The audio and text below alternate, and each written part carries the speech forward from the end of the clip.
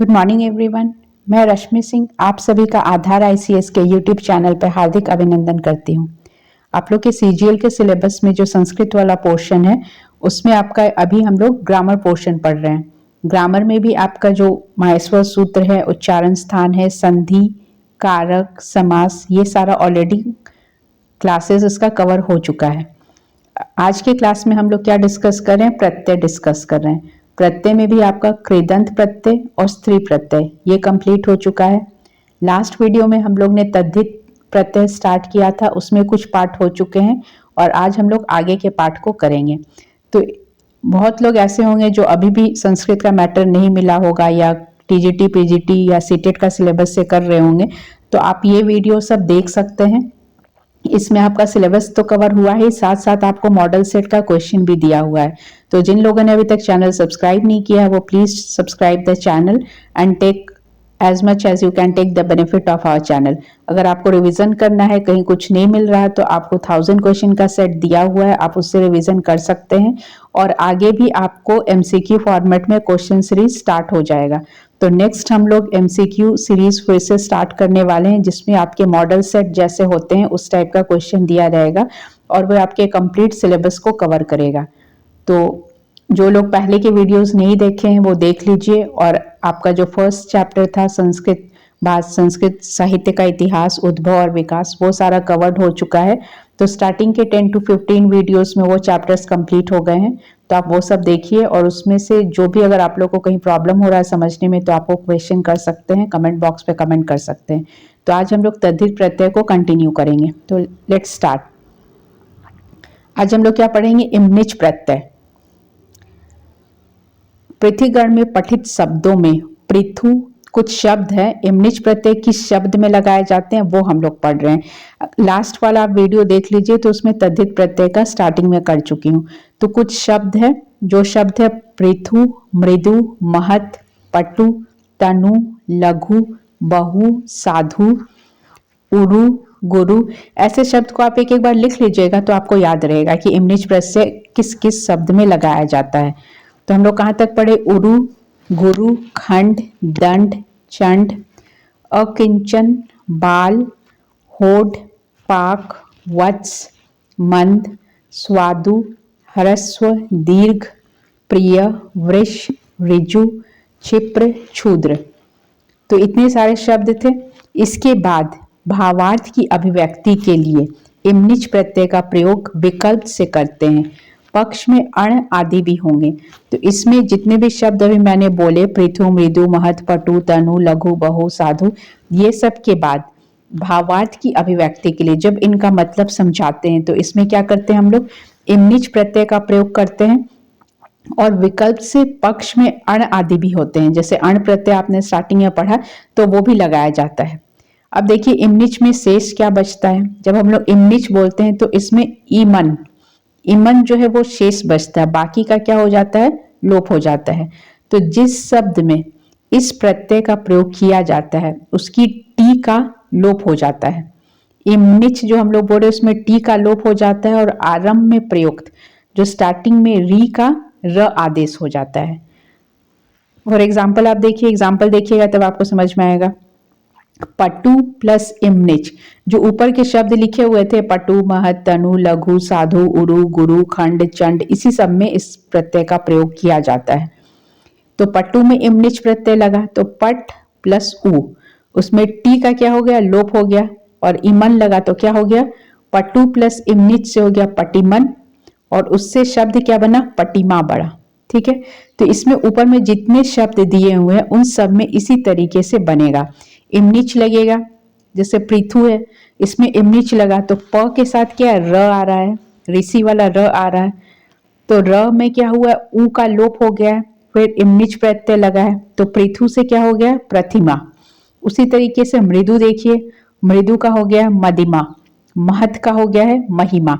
कैसे हुआ है? महत प्लस जो प्रत्यय लगा है तो टीप का लोप हुआ है, इमन से महिमन हुआ है, महिमन से महिमा। तो इमनिच प्रत्यांत क्या होते हैं?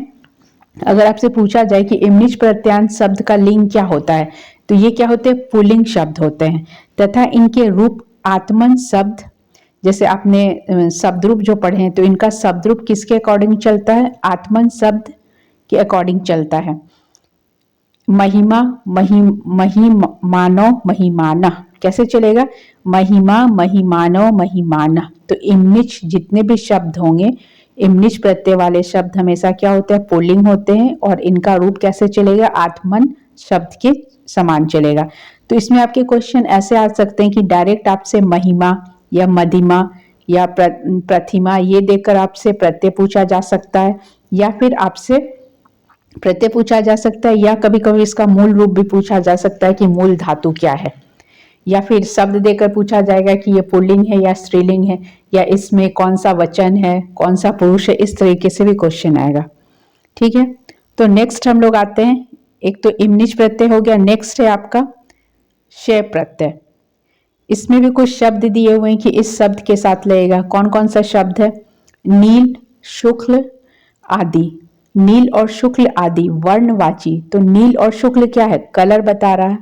तो ऐसे वर्णवाची शब्दों तथा दृढ़, वृढ़, परिवृढ़, भृश, कृश, वक्र, शुक्र, चुक्र, आम्र, कृष्ट, लवण, ताम्र, शीत।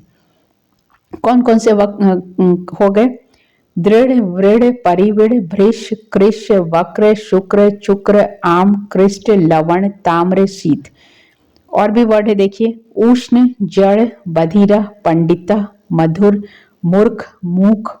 और स्थिर शब्दों के बाद भावार्थ की अभिव्यक्ति के लिए इमनिच प्रत्यय या शय प्रत्यय का प्रयोग किया जाता है। जो आपने जैसे इमनिच का पढ़ा, सिमिलरली इमनिच और शय दोनों का प्रयोग किया जाता है।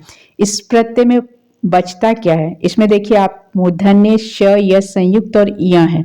तो श की सह प्रत्यय सूत्र से, सह प्रत्यय से सूत्र से, तथा जो इय है, इय की हलंत्यम इत संज्ञा से लोप हो जाता है। तो इसमें बचता क्या है?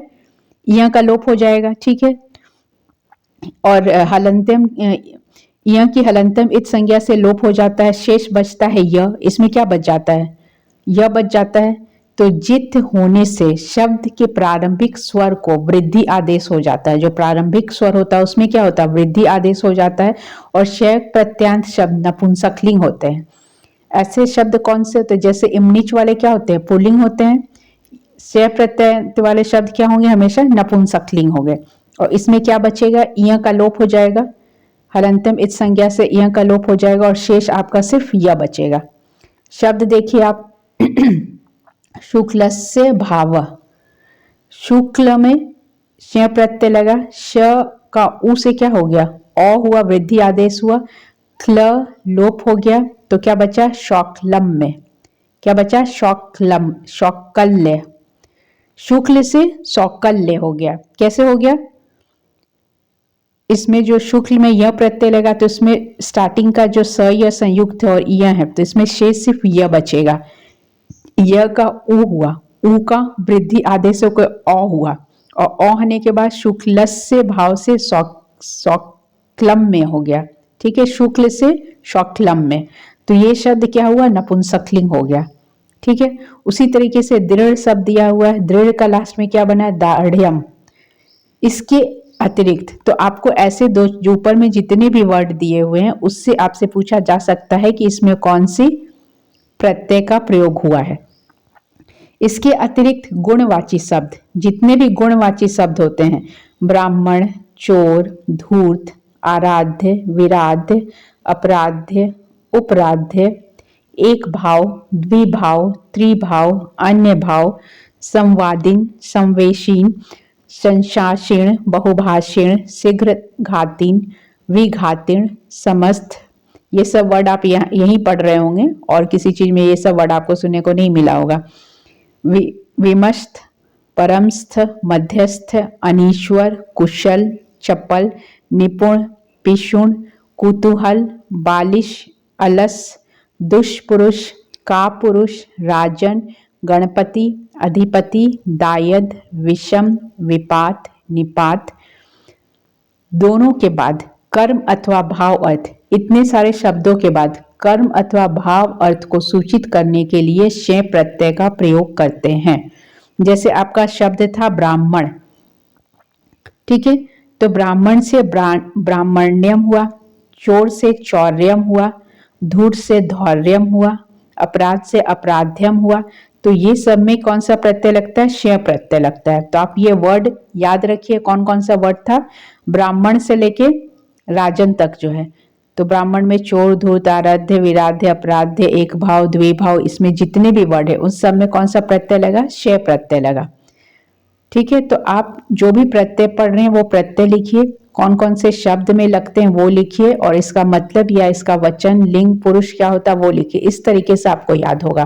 ठीक है, नेक्स्ट हम लोग आते हैं अय प्रत्यय में। और ऐसा नहीं कि आप प्रत्यय पोर्शन छोड़ दें, क्योंकि आप जितने भी प्रत्यय पढ़े हैं उसमें स्त्री प्रत्यय तो इंपॉर्टेंट है ही है, साथ साथ आपसे क्वेश्चन प्रत्यय से आएगा ही आएगा, ऐसा नहीं कि नहीं आएगा। कोई भी एक शब्द देकर आपसे प्रत्यय पूछा जा सकता है। तो अगर आप छोड़ रहे हैं तो फिर पूरा ही स्त्री प्रत्यय, कृदंत प्रत्यय, तद्धित प्रत्यय पूरा का पूरा छोड़िए। लेकिन अगर आपको लग रहा है कि बाकी पोर्शन आप अच्छे से पढ़ लिए हैं, तब इसको आप पढ़ सकते हैं। मतलब अगर मान लीजिए से 5 क्वेश्चन भी आया तो 15 मार्क्स का आपको बेनिफिट हो जाएगा। और अगर आपको छोड़ना ही है तो फिर आप कोई और पोर्शन अपना स्ट्रॉन्ग करिए, क्योंकि नेगेटिव मार्किंग है पेपर में, इसको ध्यान रख के करना है कि ऐसा नहीं कि 100 क्वेश्चन है तो 100 क्वेश्चन करके बैठ गया। OMR शीट में एक बार कर लिए तो आप उसमें ना व्हाइटनर यूज कर सकते हैं, ना ब्लेड, ना इरेजर। अगर आप 100 क्वेश्चन पूरे कर लेंगे और उसमें से कुछ क्वेश्चन ऐसे होंगे जो आपको पता है कि आपने गलत किए हैं, तो नेगेटिव मार्किंग में क्या करना है आपको? सोच समझ के एक क्वेश्चन को कम से कम 2 बार तो पढ़िए, और जिसमें आपका फर्स्ट अटेम्प्ट में आपको आंसर लगता है कि ये होना चाहिए, उसको देन एंड देयर कर दीजिए। क्योंकि जब आप उसको सेकंड टाइम या थर्ड टाइम में पढ़ेंगे तब आपको उसमें बाकी के जो आंसर है वो सब सही लगेंगे। तो जो फर्स्ट अटेम्प्ट में आपको आंसर लग रहा है वो कीजिए। उसके बाद जब आप लास्ट स्टेज में फाइनल रिवीजन करते हैं या 1 घंटे के बाद फिर से उसी क्वेश्चन पे आते हैं, तो आपको जो सबसे बेस्ट ऑप्शन रहेगा आप वही सेलेक्ट करेंगे। तो उसके लिए आपको उस तरीके का पढ़ा हुआ होना चाहिए। जैसे कि कारक कितने सारे सूत्र आपने पढ़े, तो अगर आपको सूत्र याद रहा कि अगर आपको दिया हुआ कि कर्णेन बधिरा, इसमें कौन सा सूत्र आया है, तो अगर आपको याद है कि ये नांग विकारा का सूत्र है या प्रकृतिभ्याम का सूत्र है या फिर कर्मणि द्वितीया या किसका सूत्र है, ऐसे अगर आपको सूत्र याद रहेगा तो आप उसी समय आंसर कर लोगे। लेकिन कुछ कुछ जो चैप्टर हैं आपके सिलेबस में, जो आपका जो फर्स्ट सेकंड थर्ड चैप्टर है, उसमें जैसे कि ब्राह्मण कितने हैं, उसमें कितनी कंडिकाएं हैं, कितने संहिता है, कितने मंत्र है, वो सब इतने आसान से याद नहीं रहेगा, उसको आपको बार बार रिविजन करना पड़ेगा। तो स्टार्टिंग के जैसे कि संस्कृत भाषा का उद्भव और विकास है, वो तो चलो आप एक बार देख लेंगे कि उसमें कौन कौन सा सिद्धांत है, रनन सिद्धांत है, ये सिद्धांत है, अगर आप बार बार देख रहे होंगे तो। लेकिन आप बीच में फेस्टिवल और शादी ब्याह के मौसम में वो सब छोड़ दिए होंगे कि यहाँ बिजी है, वहाँ बिजी है, एग्जाम, चलो इसका कोई कंफर्मेशन नहीं है कब होगा कब नहीं होगा, तो वो चीज क्या होता है माइंड से निकल जाता है, क्योंकि आप वो सब चीज के यूज टू नहीं है। ऐसा नहीं है ना कि रोज आप मोबाइल आप रोज उठाते हैं तो या तो फोन कॉल करने के लिए या किसी काम के लिए या पढ़ने के लिए, तो उसमें भी आप क्या पढ़ रहे हैं? अगर आप जीएस जीके वो सब डेली पढ़ रहे हैं तो लैंग्वेज पेपर को भी आपको सेम टाइम देना जरूरी है। और जब आपका स्टार्टिंग का 4 चैप्टर में इतना कंफ्यूजन वाला है तो उसको आपको रोज रोज रिविजन करना है और बार बार देखना है। जैसे कि आपके कुछ चैप्टर हैं कि उसमें कितनी कंडिकाएं हैं, क्या है, उस सब के लिए आपको, या फिर ब्राह्मण है, आरण्यक है, उसके कितने नाम हैं, कितने टाइप्स हैं, उसके लिए आपको बार बार देखना पड़ेगा। तो स्टार्टिंग के 3 चैप्टर, कम से कम 3 चैप्टर आप बार बार रिविजन कीजिए, क्योंकि क्वेश्चन उससे भी आएगा। क्वेश्चन ऐसा नहीं है कि जो आपको आता है वही आएगा, कुछ क्वेश्चन ऐसा आता है जो किसी को नहीं आता है वही पूछा जाएगा, क्योंकि जो आपको आता है वो सबको आता है। अब कुछ क्वेश्चन जो है कि कालिदास की रचनाएं आपसे पूछी जाए तो वो तो सबको पता होगा ना, ऐसा तो नहीं कि सिर्फ आपको ही पता है। या जो हम लोग शकुंतला की बात करते हैं या नाटक है, रूपक है, इसके बारे में बात करते हैं कि सबसे कोई कालिदास के बारे में बात करते हैं, ये पूछते हैं कि तथ्य रम्यम जो चतुर्थ अंक है शकुंतला वाला वो बहुत ज्यादा रमणीय है या अच्छा है, तो ये बात तो सबको पता होगा। कोई आप एक अकेले संस्कृत तो नहीं पढ़ रहे हैं, बहुत सारे लोग ऐसे हैं जिनको सब पता है। तो कुछ क्वेश्चन ऐसा होगा जो 10 to 15 किसी को नहीं आता होगा, और बाकी जो आप लोग प्रैक्टिस सेट देख रहे होंगे या कहीं ना कहीं से पढ़ रहे होंगे तो वो आउट ऑफ 80 क्वेश्चन तो ऐसे भी कर लेंगे। 20 क्वेश्चन आप भगवान भरोसे छोड़ सकते हैं, अगर आपको नहीं आता है तो कोई बात नहीं। लेकिन उस 20 क्वेश्चन के लिए अगर आप चाहते हैं कि आपको 100 में 85 क्वेश्चन भी करेक्ट हो, तो उसके लिए आपको अभी का जो टाइम है उसमें बहुत रिवीजन करने का जरूरत हो। जितना हो सके आप एमसीक्यू या टेस्ट सीरीज देखिए, मॉडल सेट देखिए, जो भी आपका लैंग्वेज पेपर है उसके लिए, और साथ साथ पेपर 3 के लिए भी। तो आपको कंटिन्यू, और सिर्फ यही नहीं, जो आपका झारखंड स्पेशल वाला पोर्शन है वो भी पढ़ना पड़ेगा, क्योंकि मैक्सिमम जो पार्ट है वही कवर कर रहा है, 40 क्वेश्चन उससे आएंगे। तो आपको झारखंड स्पेशल पे बहुत ज़्यादा फोकस करने की जरूरत है। बाकी जीएस जीके उसमें तो हिस्ट्री, मतलब जीएस का पोर्शन है, साइंस है, कंप्यूटर साइंस है, तो ये तो हम लोग रेगुलर टच में रहते हैं। लेकिन जो स्टेट का आप एग्जाम दे रहे हैं उस स्टेट पे फोकस करना भी उतना ही इम्पोर्टेंट है।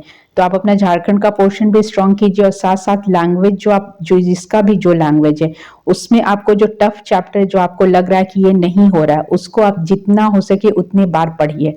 या तो उसका शॉर्ट नोट्स बना के रख लीजिए उसमें जो इम्पोर्टेंट है, या आप क्वेश्चन देखिए, आप सीटेट के, यूजीसी नेट के या टीचर वाले क्वेश्चन देख रहे होंगे तो उसमें देखिए कि किस टाइप के क्वेश्चन बार बार आते हैं। बाकी जो ग्रामर का पोर्शन है वो तो सबको आता है, शब्द धातु रूप ये सबको आता है। जो मेन चैप्टर पोर्शन है, चैप्टर 1 2 3 4, उसको क्या करना है, आपको अच्छे से फोकस्ड करना है। तो जितने अच्छे से आप उसमें कर लेंगे, और ग्रामर चीज ऐसा है कि आप क्या है बचपन से पढ़ते आ रहे हैं, उसमें ऐसा नया कुछ नहीं है। कुछ भी ऐसा नया नहीं पढ़ेंगे कि कोई नया थ्योरी आया, या केमिस्ट्री नहीं है कि कोई नया एलिमेंट डिस्कवर्ड हो गया, या ज्योग्राफी नहीं है कि नया प्लैनेट का नाम चेंज हुआ है, या पॉलिटी की तरह नहीं है कि कोई आर्टिकल में अमेंडमेंट हुआ है तो आपको वो पढ़ना है। जो आप बचपन से पढ़ रहे होंगे, या आपके मम्मी पापा, आपके दादा दादी जो संस्कृत पढ़े होंगे वही संस्कृत है, उसमें कोई नया नहीं है। तो आप उसको, आपको क्या करना है, सिर्फ रिवीजन करना है। जितने अच्छे से आप रिवाइज करेंगे उतना ही आपको अच्छा मार्क्स आएगा। तो रिवीजन में आप ग्रामर अच्छे से पढ़िए, और अभी जो हम लोग कर रहे हैं वो ग्रामर का लास्ट पोर्शन कर रहे हैं, प्रत्यय। ठीक है, तो प्रत्यय में भी अगर आप फोकस्ड कर लें, कुछ सेलेक्टेड पढ़ लें, तो उसमें भी क्वेश्चन आने के पूरे पूरे चांसेस है। ठीक है, तो हम लोग आए प्रत्यय पढ़ रहे थे। इसमें क्या था, ऐसे शब्दों जिनके अंत में ई उ री जो स्वर वर्ण है, ई उ री अथवा री प्रयुक्त हुआ हो, तथा आरंभ में कोई लघु स्वर आया हो। लघु स्वर मतलब जो हम लोग हर्ष स्वर बोलते हैं ना, जिसमें कम समय लगता है, उसी को बोला जाता है। कोई लघु स्वर आया हो, जैसे सूची, मुनि आदि। भाव अथवा कर्म की अभिव्यक्ति के लिए अय प्रत्यय प्रयोग किया जाता है। जैसे अय में यह की इत संज्ञा होकर लोप हो जाता है, आप देख रहे हैं कब से लोप हो रहा है। लोप होने का मतलब क्या हो रहा है, या इत संज्ञा होकर लोप होने का मतलब क्या हो रहा है, कि जो लास्ट वाला अक्षर है, वर्ण है, वो हट जाता है। तो इसमें शेष क्या बचता है, अ बचता है। इत के कारण शेष नियम श्य के समान ही होंगे। तो शेष नियम जो आप ऊपर वाला प्रत्यय पढ़े उसी के समान होगा। तो कौन कौन सा शब्द में आएगा ये प्रत्यय, ऐसे शब्दों जिनके अंत में ई उ री और ली, ठीक है, ई उ री और ली प्रयुक्त हुआ हो, जिसके अंत में और आरंभ में, उसके स्टार्टिंग में कोई लघु स्वर आया हो, जैसे सूची, ठीक है, मुनि, इसमें लघु स्वर है। भाव अथवा कर्म की अभिव्यक्ति के लिए जब कोई भाववाचक संज्ञा या कर्मवाचक संज्ञा की बात हम लोग करते हैं, तब यहाँ पे अय प्रत्यय आता है, और इसमें भी इय की इत संज्ञा होकर इय का क्या होता है, लोप हो जाता है। तो शेष क्या बचता है, अ बचता है। और बाकी जो इसके नियम है वो श्य प्रत्यय जो हमने पढ़े ऊपर में, उसी के अकॉर्डिंग फॉलो होता है। जैसे आप शब्द देखिए, सुचो, सुचेर भाव कर्म वा। तो आप शब्द क्या था आपका, सूची, सूची में प्रत्यय लगाइए, इय का लोप हो गया, अ बचा, ठीक है। अ बचने के बाद उ जो था सूची, उ का अवृद्धि हुआ, ठीक है। वृद्धि से जो लोप हुआ, ई का लोप हुआ, और लास्ट में क्या बच गया, अ बच गया। तो सूची से क्या हुआ, शौचम। कैसे बना शौचम, अय प्रत्यय लगा तो इय का लोप हो गया, अ का वृद्धि हो गया, उसके बाद जो शय का जो रूल हम लोग ऊपर फॉलो कर रहे थे वही लगा, तो उसमें क्या बन गया, सूची से शौचम। उसी तरीके से आप देखिए, मुनेर भावा कर्मावा, तो इसमें भी क्या होगा, मुनि के समान मुनि में कीजिए, तो मुनि में यहाँ पे सूची टाइप हो गया, वो सूची नहीं होगा, मुनि होगा। तो मुनि अय क्या हो जाएगा, मुनौ, मुनौ से लोप होगा, लोप होने के बाद क्या बन जाएगा, मौनम, ठीक है, मुने से मौनम बन जाएगा, सूची से शौचम बन गया, ठीक है। तो ये आपका अय प्रत्यय था। ये हम लोग क्या पढ़ रहे हैं, तद्धित प्रत्यय पढ़ रहे हैं। नेक्स्ट आता है वती प्रत्यय। तो आपको प्रत्यय याद करने के लिए मैं बार बार बोल रही हूँ, प्रत्यय लिखिए, उसके लास्ट में जो शेष बच रहा वो लिखिए और उसके 2 एग्जाम्पल याद रखिए। इससे ज्यादा कुछ नहीं करना है इसमें। अब वती प्रत्यय देखिए, वती प्रत्यय में क्या है, यदि किसी के समान क्रिया करना अर्थ की अभिव्यक्ति हो, मतलब किसी के समान हम लोग काम कर रहे हैं, मतलब किसी को फॉलो कर रहे हैं, तो जिसके समान क्रिया की जाती है उसके बाद वती प्रत्यय लगता है। मतलब आप जिसको देखकर वही काम कर रहे हैं, एक तरीके से इमिटेट कर रहे हैं, तो उस काम के बाद क्या लगेगा, वती प्रत्यय लगाते हैं। फॉर एग्जाम्पल आप देखिएगा आगे, इसी प्रकार किसी में अथवा किसी के समान अर्थों की अभिव्यक्ति के लिए भी वती प्रत्यय का ही प्रयोग करते हैं। मतलब किसी में अथवा किसी के समान अर्थों की अभिव्यक्ति के लिए भी वती प्रत्यय का ही प्रयोग करते हैं। वती में स्थित, सेम जो सब में हो रहा था, वती में ई की इत संज्ञा होकर ई का क्या हो जाएगा, लोप हो जाएगा। तो लास्ट में क्या बचेगा, वत बचेगा। वती प्रयुक्त युक्त शब्द अव्यय होते हैं, अतः इनके रूप नहीं चलते हैं। ये अव्यय शब्द हैं, इनके रूप नहीं चलते, ये जैसे हैं वैसे ही प्रयोग किए जाते हैं। जैसे आप शब्द देखिए, ब्राह्मण प्लस वती, तो ब्राह्मण प्लस वती में क्या हो गया, ई का लोप हो गया, तो क्या बच गया, ब्राह्मण वत। उसी प्रकार से देखिए, इंद्र प्रस्थ, वती लगा, इंद्र प्रस्थ वत। ठीक है, समझ गए। नेक्स्ट आपका आता है कन प्रत्यय। कन प्रत्यय, कन प्रत्यय का हम लोग कैसे यूज करते हैं, इसमें भी आप प्रत्यय लिखिए, शेष क्या बच रहा वो लिखिए और 2 एग्जाम्पल याद रखिए, बस उससे ज्यादा कुछ नहीं पढ़ना है। किसी के समान, कन प्रत्यय में क्या होता है, किसी के समान, किसी की मूर्ति अथवा चित्र, किसी स्थान पर किसी अन्य को रख लेना, इन अर्थों की अभिव्यक्ति के लिए उस शब्द के बाद कन प्रत्यय का प्रयोग करता है। मतलब आप सब्स्टिट्यूट बोल सकते हैं, या कोई नहीं है तो उसके बदले ये काम ले लिए। तो किसी के समान, किसी की मूर्ति अथवा चित्र या किसी के स्थान पर किसी अन्य को रख लेना, जब ऐसा अर्थ निकलता है, ऐसा अभिव्यक्ति होता है, तो हम लोग उस शब्द के बाद क्या लगाते हैं, कन प्रत्यय का प्रयोग करते हैं। कन के अंतिम न की इत संज्ञा से क्या होता है, लोप हो जाता है, जो न है वो हट जाएगा, शेष क्या बच जाएगा, क बच जाएगा। जैसे एग्जाम्पल आप देखिए, अश्व के समान मूर्ति अथवा चित्र, तो अश्व कन, ठीक है, कन लगा, कन में क्या हो जाएगा, न का लोप हो जाएगा, तो क्या बच जाएगा, अश्वक, मतलब घोड़े के समान, अश्वक। इसका रूप कैसे चलेगा, पुल्लिंग शब्द रूप है तो पुल्लिंग के समान चलेगा, जैसे बालक चलता है वैसे अश्वक का चलेगा। उसके बाद है दूसरा एग्जाम्पल देखिए, पुत्र के स्थान पर वृक्ष या पक्षी को पुत्र मानना। तो पुत्र के समान पर कोई पेड़ को ऐसे पालते पोसते हैं या किसी जानवर को उस तरीके से मानते हैं, तो इसमें कन प्रत्यय लगा, पुत्र प्लस कन, न का लोप हो गया, तो क्या हो गया, पुत्र का। शब्द क्या बनेगा, पुल्लिंग शब्द बनेगा, पुत्र का। तो आपको ये याद रखना है कि कन प्रत्यय लगाएंगे तो न का लोप हो जाएगा, लास्ट में सिर्फ क बचेगा। और ये हम लोग कब लगाते हैं, जब किसी के बदले किसी और को स्थान देते हैं या किसी और का यूज करते हैं, तब ये प्रत्यय लगाते हैं। ठीक है, अब हम लोग क्या पढ़ रहे हैं, समूहार्थक। आगे हम लोग 3 पढ़ चुके थे, अब हम लोग 4th वाला पार्ट पढ़ रहे हैं, समूहार्थक। इसके पहले अगर आप पढ़े होंगे तो आपको याद होगा कौन कौन सा हम लोग पढ़ चुके हैं। तो समूहार्थक में कितने प्रत्यय आपको पढ़ने हैं, अण पढ़ना है, अण के बाद तल पढ़ना है, तल के बाद संबंधार्थक या विकारार्थक पढ़ना है। तो सबसे पहले हम लोग क्या पढ़ेंगे, अण पढ़ेंगे।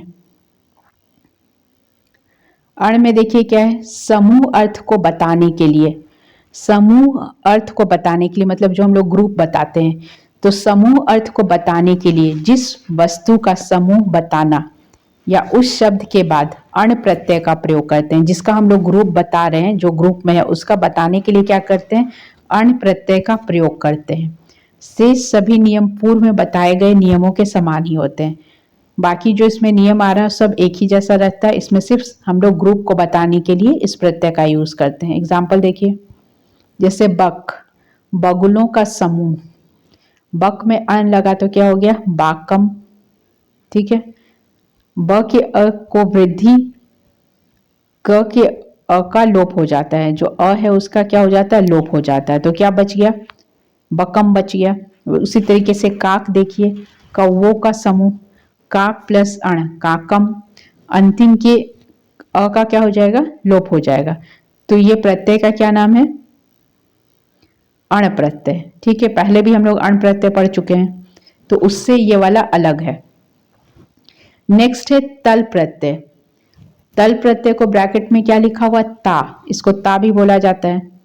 इससे पूर्व हमने इसको हम लोग पहले भी पढ़े हैं, भावार्थ में तल प्रत्यय का उल्लेख किया है, किंतु ग्राम, जन, बंधु, गज, सहाय शब्दों के पश्चात समूह अर्थ में अभिव्यक्ति के लिए तल प्रत्यय का प्रयोग किया जाता है। कहाँ कहाँ पे किया जाता है, ग्राम के लिए, जन के लिए, बंधु के लिए, गज के लिए, सहाय शब्दों के पश्चात समूह अर्थ की अभिव्यक्ति के लिए तल प्रत्यय का प्रयोग किया जाता है।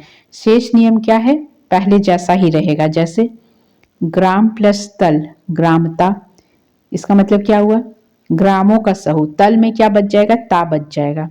वैसे जन प्लस तल, जनता, तो आपसे पूछा जा सकता है जनता में कौन सा प्रत्यय है, तो तल प्रत्यय है, जिसमें समूह के बारे में बताया जा रहा है। नेक्स्ट हम लोग आते हैं संबंधार्थक या विकारार्थक प्रत्यय। तो इसमें कौन कौन से प्रत्यय आते हैं, इसमें भी है अण प्रत्यय। यह इसका है, जब हम लोग किसी का बोलते हैं, किसका है, उसका है, यह इसका है, इस अर्थ की अभिव्यक्ति में जिसके संबंध का कथन किया जा रहा है, जिसके बारे में बताया जाता है, उस शब्द के बाद अण प्रत्यय का प्रयोग करते हैं। फॉर एग्जाम्पल आप देखिए, अण का अत्यधिक प्रयोग वैधविक प्राप्त होता है, जैसे केवल प्रयोग के लिए स्थल से ही समझा जा सकता है। शेष सभी नियम क्या होंगे, पूर्वत होंगे, जैसे पहले से रूल्स चला आ रहा था वैसे ही होगा। जैसे एग्जाम्पल देखिए आप, उपगोरीदम, तो उपगु प्लस अण क्या हो गया, औपगवम। तो इसमें क्या बता रहे हैं, जिससे संबंध कथन किया जा रहा है उसके बाद अण प्रत्यय का प्रयोग होगा। तो उपगु प्लस अण क्या हो गया, औपगवम। वैसे ही देवस्य अयम, देव में देखिए, देव प्लस अण क्या हुआ, देव। ग्रीम, ग्रीमस्य इदम, ग्रीम प्लस अण ग्रास्यम। इस अर्थ में प्रयोग करने पर निर्मित शब्द का लिंग संबंधित वस्तु के लिंग के अनुसार होगा। तो जब हम लोग ऐसा यूज करेंगे तो जिसके साथ कर रहे हैं उसी के अनुसार उसको फॉलो करेंगे। अगर पुल्लिंग है तो पुल्लिंग, स्त्रीलिंग है तो स्त्रीलिंग, और अगर नपुंसकलिंग शब्द है तो नपुंसकलिंग का ही रूप हम लोग फॉलो करेंगे। तो इसमें हम लोग को क्या ध्यान देना है, जिसका अर्थ है इस अर्थ की अभिव्यक्ति में संबंध का कथन किया जाना, उस शब्द के बाद अण होता है। ठीक है, नेक्स्ट है इसी प्रकार विकार स्वरूप एक वस्तु से दूसरी वस्तु का बनना। अगर एक वस्तु किसी वस्तु से बन रहा है तो एक अर्थ की अभिव्यक्ति के लिए भी अण का प्रयोग करते हैं, मतलब जो जिससे बन रहा है तो उसकी अभिव्यक्ति भी जब हम लोग करेंगे तो अण का प्रयोग करेंगे। जैसे भस्म से बना हुआ, किस चीज से बना हुआ, भस्म से बना हुआ, तो भस्मन प्लस अण लगाएंगे तो क्या हो जाएगा, भास्मन। भस से क्या हो जाएगा, भास्मन हो जाएगा। तो जिस चीज से वो बना हुआ, पहला क्या था, जिसके लिए, पहला क्या था कि इसका कथन, पहला जो अण हम लोग पढ़ रहे थे उसका क्या था, इस अर्थ के लिए अभिव्यक्ति में जिसके संबंध का कथन किया जा रहा है, इसमें जिसके बारे में हम लोग कथन कर रहे हैं, जिसके बारे में कहा जा रहा है, उसे शब्द के बाद अण प्रत्यय का प्रयोग करते हैं। ठीक है, जैसे देव, देवस्य अयम, तो देव हुआ। ठीक है, जैसे केवल प्रयोग में किए गए स्थल से ही समझा जा सकता है। पहला वाला क्या था, इस अर्थ की अभिव्यक्ति में जिसके संबंध का कथन किया जा रहा है, जिसका संबंध बताया जा रहा है, उस शब्द के बाद, उसी शब्द के बाद अण प्रत्यय का प्रयोग कर रहे थे। ठीक है, और दूसरे में क्या है, विकार स्वरूप या एक वस्तु से दूसरी वस्तु का बनना, मतलब जिससे प्रोडक्ट बन रहा है, एक अर्थ की अभिव्यक्ति के लिए भी अण प्रत्यय यहां पे लगाते हैं। जैसे भस्म से बना हुआ भस्मण, तो भस्मण प्लस अण होके क्या बन रहा, भास्मणा। मिट्टी से बना हुआ मृतिका प्लस अण मार्तिका। ठीक है, तो ये आपको समझना है कि कैसे कैसे हो रहा है। इसके बाद आप देखिए, इसके अतिरिक्त एक और कंडीशन है इसका, इसके अतिरिक्त प्राणीवाचक औषधिवाचक तथा वृक्षवाचक। कौन कौन से वाचक? प्राणीवाचक, औषधिवाचक और वृक्षवाचक शब्दों के बाद अव्यय अर्थ की अभिव्यक्ति के लिए भी इसी अण प्रत्यय का प्रयोग करते हैं। किस किस के बाद? प्राणीवाचक, औषधिवाचक और वृक्षवाचक शब्दों के बाद अव्यय अर्थ की अभिव्यक्ति के लिए भी इसी अण प्रत्यय का प्रयोग करते हैं। जैसे मयूर का विकार अथवा अव्यय मायूर, तो उसमें क्या हो रहा है? मयूर प्लस अण, इसमें क्या हो रहा है? मायूर शब्द बन रहा है। तो कैसे बना? मयूर प्लस अण। तो इसमें क्या देखना? प्राणीवाचक हो, औषधिवाचक हो या वृक्षवाचक हो, तो इसके साथ भी क्या होगा? अण प्रत्यय का प्रयोग होगा। ठीक है, जैसे मकड़े का विकार मार्केटा, ये इंग्लिश वाला मार्केट नहीं है, मकड़े का विकार हो गया मार्केटा और इसमें अण प्रत्यय लगा है क्या? मार्कट, मरकट प्लस अण प्रत्यय हो गया, क्या हो रहा है? मार्केटा। वैसे मयूर प्लस अण, तो ये सब क्या है? पक्षी, मतलब जो क्या बोलते हैं उसको, प्राणीवाचक शब्द है। तो प्राणीवाचक शब्द में अण लगा है, मयूर में अण लगा तो मायूर, मकड़ा में अण लगा तो मार्केटा। ठीक है, तो इस तरीके से आपको प्रत्यय लिख लिख के ही याद करना होगा। नेक्स्ट आपका आता है ठक प्रत्यय। संबंध अर्थ की अभिव्यक्ति के लिए हल और सिर शब्दों के बाद हल ठक प्रत्यय का प्रयोग करते हैं। संबंध अर्थ में अभिव्यक्ति के लिए हल और सिर शब्दों के बाद ठक प्रत्यय का प्रयोग करते हैं। इसके अंतिम क की इत संज्ञा होकर लोप हो जाता है, मतलब क का इत संज्ञा होकर लोप हो गया तो क्या बचा? ठ बचा। और ठसेक से ठ को इक आदेश हो जाता है, ऐसा हम लोग पहले भी पढ़े हैं, ये रिपीट हो रहा है यहाँ पे। तो ठसेक से ठ को इक आदेश हो जाता है। जैसे आप देखिए हल, हल में ठक लगा, इक हुआ। ठीक है, इक में से क का लोप हो गया, ठ बचा और ठ को ठसेक के से ठ का इक आदेश हो जाएगा तो क्या हो जाएगा? हालिकम। उसी तरीके से सिर में ठक लगा, सैरिकम। क इत होने से शब्द के प्रारंभ में स्थित स्वर का वृद्धि आदेश हो जाता है। क इत होने से क्या होता है? शब्द के आरंभ में क्या है? स्वर है, तो उसमें एक वृद्धि का आदेश हो जाता है। ठीक है, तो इतना आपको जो आपका तद्धित प्रत्यय है उसमें एक एक प्रत्यय को ध्यान दे के पढ़ना है।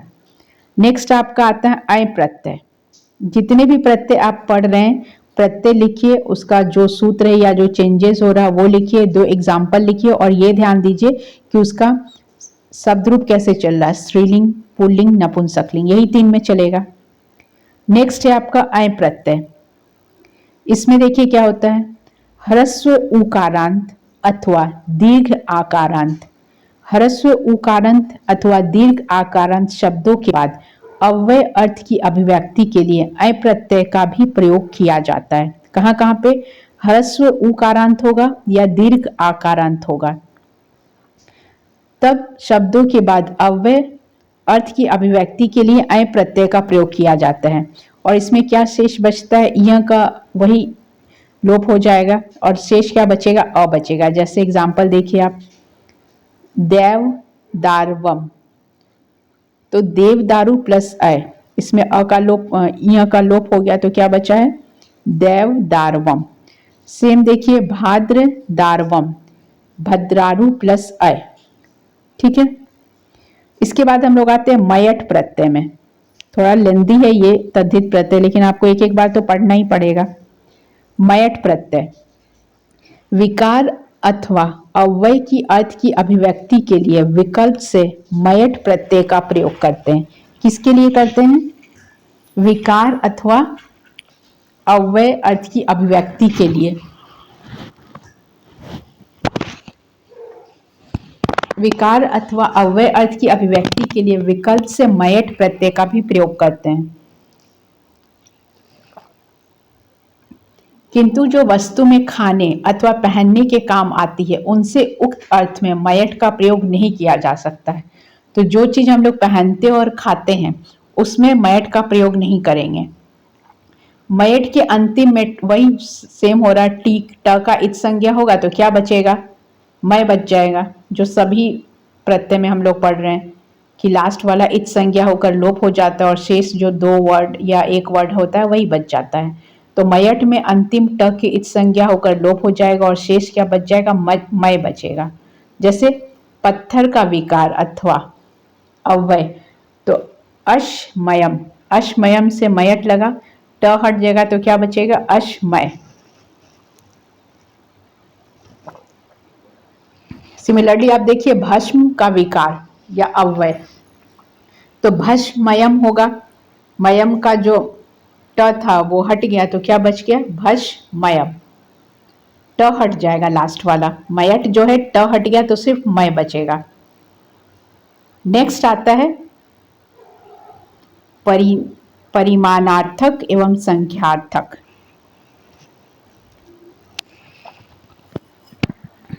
ये आपका च है, इससे पहले आप बहुत सारा पढ़ चुके हैं। तो परिमाणार्थक एवं संख्यार्थक, जिन प्रत्ययों के द्वारा वस्तु के आकार या परिमाण, मतलब क्या क्वांटिटी है, कितना अमाउंट में है, आदि की अभिव्यक्ति होती है, तो उनके यहाँ उल्लेख किया जा रहे हैं। कौन कौन सा वर्ड में कौन कौन सा प्रत्यय लगेगा, उसी का उल्लेख हम लोग यहाँ पे पढ़ रहे हैं। तो किसमें किसमें, जिसमें नंबर, जैसे कल आप समास में पढ़े थे कि संख्यावाचक जहाँ पे होगा तो वहाँ पे द्विगु समास होगा, तो उसी तरीके से जहाँ किसी चीज का क्वांटिटी और कितने परिणाम में, कितने केजी में, 1 KG, 2 KG, 4 KG, litre, dozen, ऐसा इंग्लिश ग्रामर में भी पढ़ते हैं ना, काउंटेबल अनकाउंटेबल, उसी तरीके से यहाँ पे भी है कि परिमाणार्थक और संख्यात्मक, जहाँ उसका क्वांटिटी और नंबर का पता चल रहा है।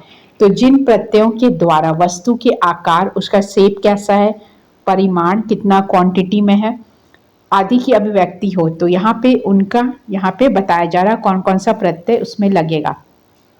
तो पहला है आपका वतुप लगेगा, ठीक है। कौन सा प्रत्यय लगेगा, वतुप।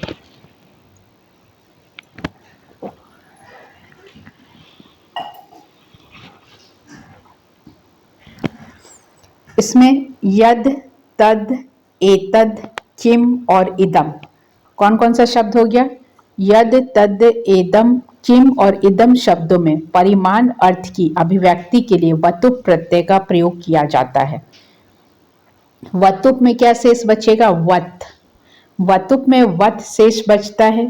किम और इदम शब्दों में वतुप के व को घ होकर पुनः उसे य आदेश हो जाता है। क्या शेष बचता है, वत बचता है, उसमें किम और इदम शब्दों में वतुप को व का क्या हो जाता है, घ हो जाता है और पुनः उसे य आदेश हो जाता है। जैसे यत प्लस यत वतुप, क्या बचा इसमें, यावत। तद प्लस वतुप तावत। इदम प्लस वतुप इयत।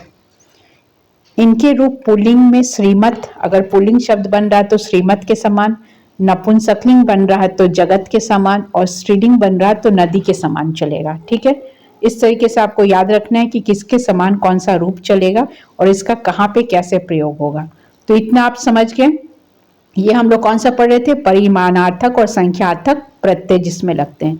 तो आज हम लोग यही वतुप तक पढ़ेंगे। इसके आगे और भी शब्द हैं, मात्रच, इसके बाद और भी आपको प्रत्यय पढ़ना है जो कि लास्ट होगा।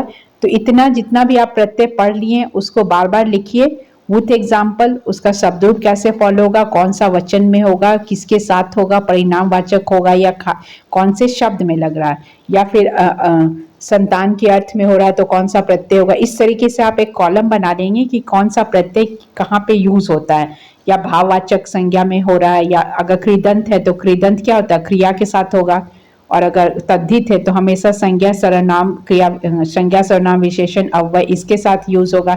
स्त्री प्रत्यय का अलग सूत्र है, स्त्री प्रत्यय 8 ही है, उसके सूत्र आप पढ़ लीजिए। तो जिस सबको किसी भी चीज को याद करने का सिस्टम होता है। अगर आप कारक पढ़े तो कारक के सूत्र पढ़े थे, कारक के सूत्र पढ़े, विभक्ति चिन्ह पढ़े, उसमें जो अपवाद था वो पढ़े, तो सूत्र लिख के विद 2 एग्जाम्पल। तो आप ग्रामर कुछ भी पढ़ रहे हैं, चाहे संधि पढ़े, समास, कारक, माहेश्वर सूत्र जो भी पढ़ रहे हैं, या उच्चारण स्थान, तो जिसमें आपको ज़्यादा प्रॉब्लम हो रहा है कि ये बहुत टफ है, तो उसको इजी बनाने का यही तरीका, आप उसका शब्द लिखिए, उसमें कौन कौन से प्रत्यय लग रहे हैं विद 2 एग्जाम्पल, ज़्यादा नहीं 2-4 एग्जाम्पल। आप जो एग्जाम्पल लिख रहे होंगे क्वेश्चन उसी से आएगा, कोई नया वर्ड इनोवेट नहीं हुआ है अभी तक कि आपसे ऐसा वर्ड देकर पूछा जाएगा कि इसमें कौन सा प्रत्यय है या कौन सा संधि हुआ है। जो बुकिश है वही क्वेश्चन आएगा, और जो क्वेश्चन हर एग्जाम में बार बार रिपीट हो चुके हैं।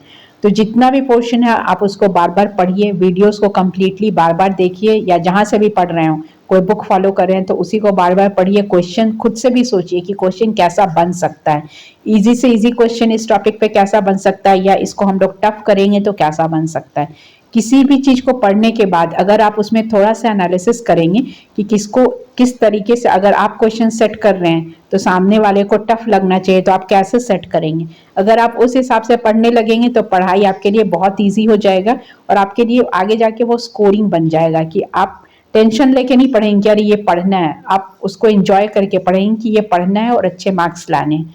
So thanks for watching this and stay tuned for new updates.